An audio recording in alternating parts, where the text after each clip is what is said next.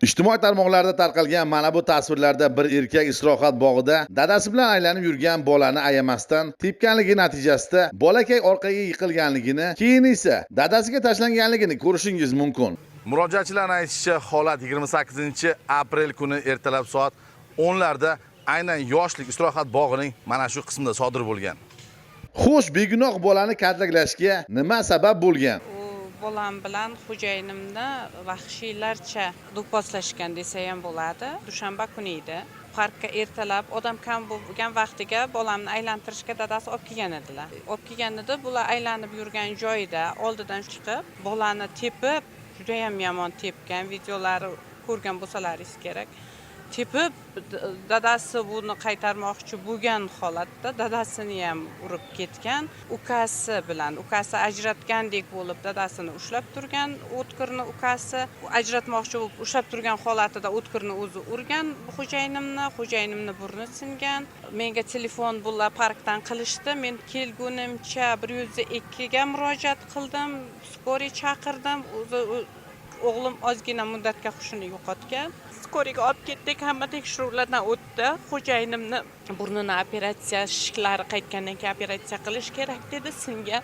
O'g'limda juda ham stress kuchli. 3-4 kecha mana yotganimiz yo'q. Kuni bilan kasalxona bizlarning ahvolimizni lekin hech kim so'ragan yo'q. Men 102 qilganman, lekin hech kim so'ragan yo'q. Kecha 4-gomni boshlig'iga bordim. Bizlarni xatyabi qo'limizga qog'ozlarimizni, mana bu ekspertiza qog'ozini, u skoridagi qog'ozlarni qo'limizga bersa, biz biron joyga murojaat qilamiz deb 4-gomni boshlig'iga borgan edim. U kishini majlisda dedilar-ku, meni kirgizishmadi. Men ketganimdan o'sha bolamni mazasi bo'lmay burnidan qon kelib boshlagan edi. Bizlar nevropatologga olib ketayotgan joyimizda xo'jayinimga telefon qilib, gomni boshlig'i chaqiryapti deb aytishdi. Lekin men borganimda meni qabul qilishmadi. Holatga guvoh bo'lgan ayolning aytishicha, bolakay kaltaklanishi natijasida hushi o'zida bo'lmagan ekan. Men o'g'lim bog'chaga tashlab qaytayotgan vaqtimda uzoqdan yo'lni bu tomonidan keladigan park ko'chasida bir kishini shu bolani tepganini ko'rdim, yugurib kelib yordam qildim. Yana urmasligiga shu bir-birini qaytardik. U yerda odam ko'p edi. Boshqalar ham shu urishdi, bir-biridan ajratishga harakat qildi u yerda. Suv olib keldirib, bolaga suv berib, bola juda qo'rqib qolgandi, o'tirib qolgandi, o'sha urgan vaziyatida, o'sha urgan vaqtini ko'rdim, tepdi oyog'i bilan. O'shani ko'rdim. Bola ahvoli qanday edi shu vaqt? O'tirib qolgan, juda yomon qo'rqgan holatda edi. Kim biron skoriy keldimi? Ichki ishlar xodimlari keldi. Telefon qildim. O'sha vaqtda o'zida skoriga telefon qildim.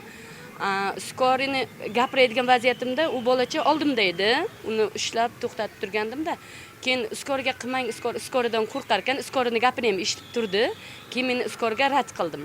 Skorini отказ qildim. Keyin o'chdi, telefon o'chgandan keyin yana qayta qilishimga nevziya beraverdi. Qaytib qo'ng'iroq qila olmadim skoriga keyin. Keyin 02 ga qildim, u ham nevziya berdi. Keyin shu parkda uchastkovoyga telefon qildim. O'sha vaziyatda ko'tara olmadi. Kelishdimi shular? Keyin kelib ana o'qigan bo'lish kerak. O'sha vaziyatda hech kim kela olmadi. O'sha atrofdagi odamlar yordam qildi. Murojaatchilarning aytishicha, ijtimoiy tarmoqlarda ukasini kaltaklangan tasvirlarini qo'ygan opa aynan zo'ravon erkakning yaqinlari tomonidan shaxsiy fotosuratlarini qo'ygan holda uyatsiz bo'xtonlar bilan yomon otliqqa chiqarishga urinish bilan bosim o'tkazishmoqda ekan. Buni gapicha bu hamma joyni sotib olayotgan, hamma joyga qo'li yetar, xohlagan joyingga yubo. Endi o'sha hozir boshqa bolalarimga nafpatiniyaga o'tgan bu. Boshqa bolalarimga ham har xil SMSlar, endi menimcha arizani qaytarish maqsadida buni qilyaptimi? Ana unday qilib yuboraman, mana bunday qilib yuboraman. Bolamni yashashga umuman haqqi yo'q ekan. Chiqqan joyga u qaytib kirish kerak ekan. Meni 6 yoshlik bolacham.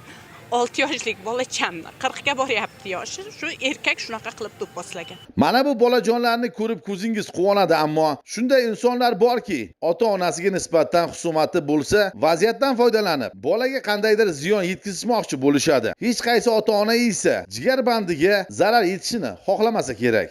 Uni jazosini berish kerak albatta. Kim kaltaklagan bo'lsa, kaltaklagan odam jazosini berish kerakki, qaytib boshqa bolaga qo'l ko'tarmasin. Misol uchun, meni bolamni kimdir kaltaklasa, uni hech qachon kechirmayman.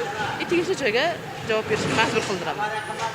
Suhbatdoshlarimizning aytishicha, aynan shu bolakayga zo'ravon erkak tomonidan birinchi marotaba zug'um o'tkazilgani yo'q. Ilgari ham qonunbuzarlik holati qayd etilgan bo'lib, ma'muriy javobgarlikka tortilgan ekan. Undagi holatda aynan o'sha odam bolamning ustiga noma'lum suyuqlik to'kib ketgan edi. Unda ham faqat shtraf bilan chiqqan bu. Shtraf qo'yishgan, bo'ldi shu bilan chiqqan. Hozir men endi qayerga murojaat qilishni ham bilmayapman. Qo'limda hech qanaqa qog'ozim yo'q. Hozirda mazkur holat Ichki ishlar boshqarmasi rahbariyati tomonidan nazoratga olingan bo'lib, tergov oldi surishtiruv harakatlari olib borilmoqda. Mazkur holat o'rnatilgan tartibda Samarqand shahar bo'yicha ichki ishlar organlari faoliyatini muvofiqlashtirish boshqarmasi 4-son ichki ishlar bo'limi navbatchilik qismida ro'yxatdan o'tkazilib, tergovga qadar tekshiruv harakatlari olib borishga kirishilgan hamda tomonlarda tan jarohatlari mavjudligini aniqlash maqsadida sud tibbiy ekspertizasi tayinlangan.